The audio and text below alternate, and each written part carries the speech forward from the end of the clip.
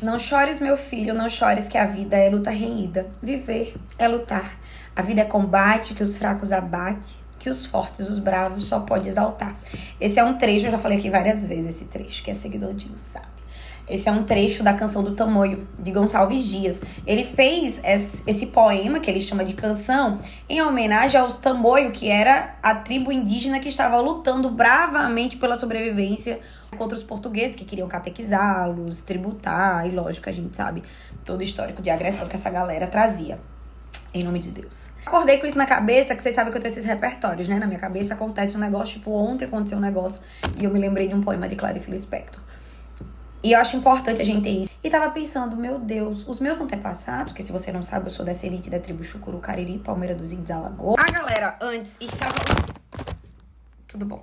Estava lutando para sobreviver, literalmente, para não ser morto. Quando Gonçalves Dias faz este poema, que ele chama de canção, ele tá exaltando essa bravura. E uma coisa que ele fala é justamente isso, assim, ó. Não temas da morte, não cures da vida, ser bravo, ser forte. Não temas a morte, que a morte há de vir. Ele fala o tempo todo isso, para o guerreiro não temer a morte. E eu pensando, meu Deus, as pessoas, de novo, literalmente, estavam lutando pela sobrevivência. E eu tô lutando pelo meu diploma e pelo shape, e ainda assim eu tô achando que a vida é difícil. E é impressionante como a gente se tornou uns floquinhos de neve, né? Como os problemas pra gente, assim, são coisas grandes e catastróficas, e eu não estou querendo diminuir a minha realidade nem a sua. Afinal de contas, pra cada, tipo, sabe, nós somos homens e mulheres ao nosso tempo, e no nosso tempo, essas são as dificuldades. É você passar anos numa faculdade e depois ir em busca de um emprego. Essa galera não tinha isso. Mas imagina, o fim último, né? É o quê? É a morte. A gente sempre fala assim, aproveite seu dia, porque no dia da morte, se for o seu último dia na Terra, a gente tem a morte como um marco de que, a partir daí, obviamente, você não consegue fazer mais nada. É a parte da vida que você teme, não só da sua, como a das pessoas ao seu redor. Então, imagina que a pressão daquelas pessoas era, de fato, muito maior que a nossa hoje em dia. Você entende? Porque eles estavam literalmente morrendo e vendo seus amados morrerem também. Aí tem uma parte que eu nunca decorei desse poema, eu não tenho um poema decorado todo, só tenho aqueles trechos que fica aí no meu repertório, que eu acho muito interessante. Porque, assim, o poema é como se fosse a voz masculina, né, do pai lá, falando. E ele fala assim, e pois que és meu filho, meus brios reveste, tamoio nasceste, valente serás, ser duro guerreiro, robusto fragueiro, brasão dos tamoios na guerra e na paz. Quando ele tá falando isso, ele tá sugerindo que só o fato de você ser tamoio, né, da tribo tamoio, você já herdou a coragem e a bravura. Você já vai ser valente. E ele tá sugerindo que, assim, o tamoio, o índio que nasce na tribo tamoio, ele já é um símbolo de honra pra sua tribo. Mas aí a parte que eu acho interessante é que ele cita a mãe. Porque geralmente a mãe, ela vem com contraste da proteção. E ela fala assim, ó, e a mãe, nestas tabas, na aldeia, querendo calados os filhos criados na lei do terror. Ou seja, ela tá lá com o bebezinho dela, o pequenininho, no meio do terror. Ela quer que ele fique quietinho pra ninguém matar, né, a criança. Teu nome lhes diga que a gente inimiga talvez não escute sem pranto nem dor. Esse trecho, ele mostra essa preocupação. Eu tô ouvindo o trecho. Ele mostra essa preocupação da mãe indígena que quer criar o filho e preservá-lo de maneira que ele consiga crescer. Mas ela quer, ó, teu nome lhes diga. O nome é o símbolo, é tipo o nome de guerra do índio. Teu nome lhes diga que a gente inimiga talvez não escute sem pranto, sem dor. Ela deseja que o filho cresça tão forte, tão corajoso, tão capaz, que quando os inimigos escutem o nome do filho, o nome do guerreiro, sintam medo, porque sabem que aquela criança é brava. Agora você imagine esta criança.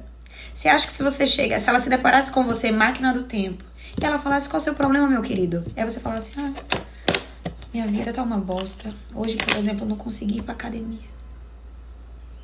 A minha vida é uma desgraça, tamoiozinho. Se eu falar, você chora.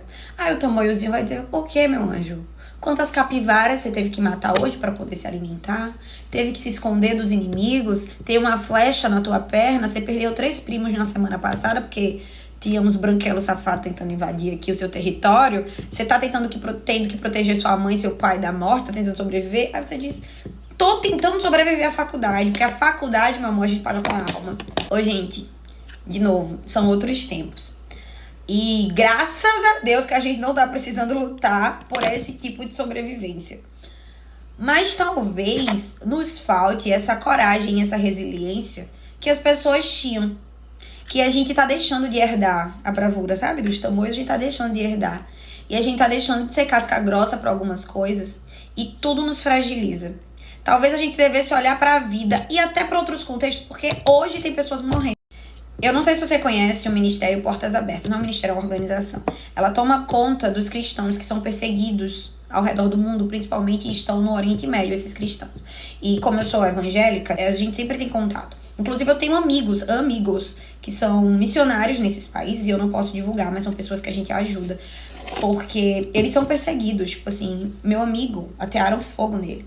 Porque ele não pode ter uma Bíblia, ele não pode ser cristão. Em países como Somália, Nigéria, Afeganistão.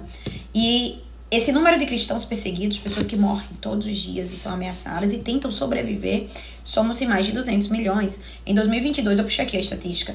No Brasil, 1,3 milhões de mulheres denunciaram que sofrem violência doméstica cotidianamente, mas não conseguem sair de casa com medo de serem pelos maridos. Essas pessoas estão realmente lutando para sobreviver. E eu não quero, de novo, diminuir a sua realidade perante elas. Mas eu só quero dizer que o que você tem é muito precioso. Eu realmente não tô querendo diminuir a sua jornada, porque a minha jornada, a minha luta, o que hoje eu considero sofrível,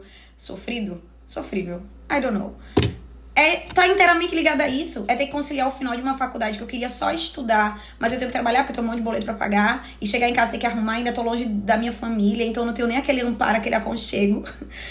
Essa é a minha realidade, e que isso também me leva ao sofrimento algumas vezes e faz achar que a jornada é pesada, porque, como eu disse, os problemas do século XXI são diferentes dos problemas do século XIX. Só que as minhas escolhas, tipo, a minha luta, ela é uma luta muito mais bonita. Porque eu não tô lutando para não morrer ou para sobreviver, eu tô lutando por um sonho, por algo que eu escolhi. E você também. Você tá lutando pra melhorar a sua vida, você tá lutando pra ganhar um salário melhor, pra se olhar no espelho e se sentir bem. Então a gente deveria tentar pelo menos ressignificar essa luta, ao invés de a gente chegar e se deprimir como se aquilo fosse pesado demais. E talvez você diga, mas Mirna, é pesado. E é nessa hora que é importante a gente ter referência e ter repertório. Eu tava no estágio com uma preceptora. Gente, eu tô falando. Old Mirna is back. Eu tava no estágio com uma preceptora e ela falou, gente, eu comprei um sofá retrátil pra minha casa, caríssimo. Depois eu descobri que era cafona. E eu falei, é mesmo? Ela disse, sério? Eu falei, é. Aí eu falei, mas às vezes a gente só percebe quando a gente coloca o bonito do lado, sabe? Às vezes você só percebe que uma coisa é feia quando você compara com bonito, que uma coisa é fácil quando você compara com difícil. Entende? Então, muitas vezes você não tem repertório. Às vezes você tá do lado daquelas pessoas, tipo, vou dar o meu exemplo. Eu sempre fui lisa e pobre, eu sempre nasci assim. E eu tinha muitos amigos ricos. Então, eu tinha uma maior percepção de que eu era lisa porque eu andava com pessoas que tinham dinheiro. E o meu irmão, por exemplo, ele não tinha tanta essa percepção, tanto que ele vivia dizendo que eu era muito ambiciosa. Por quê? Porque ele só andava com gente lisa. É isso. Uma frase de Freud que ele fala assim, um dia você vai olhar pra trás e vai perceber que os dias mais bonitos foram aqueles em que lutastes. E eu penso muito nessa frase.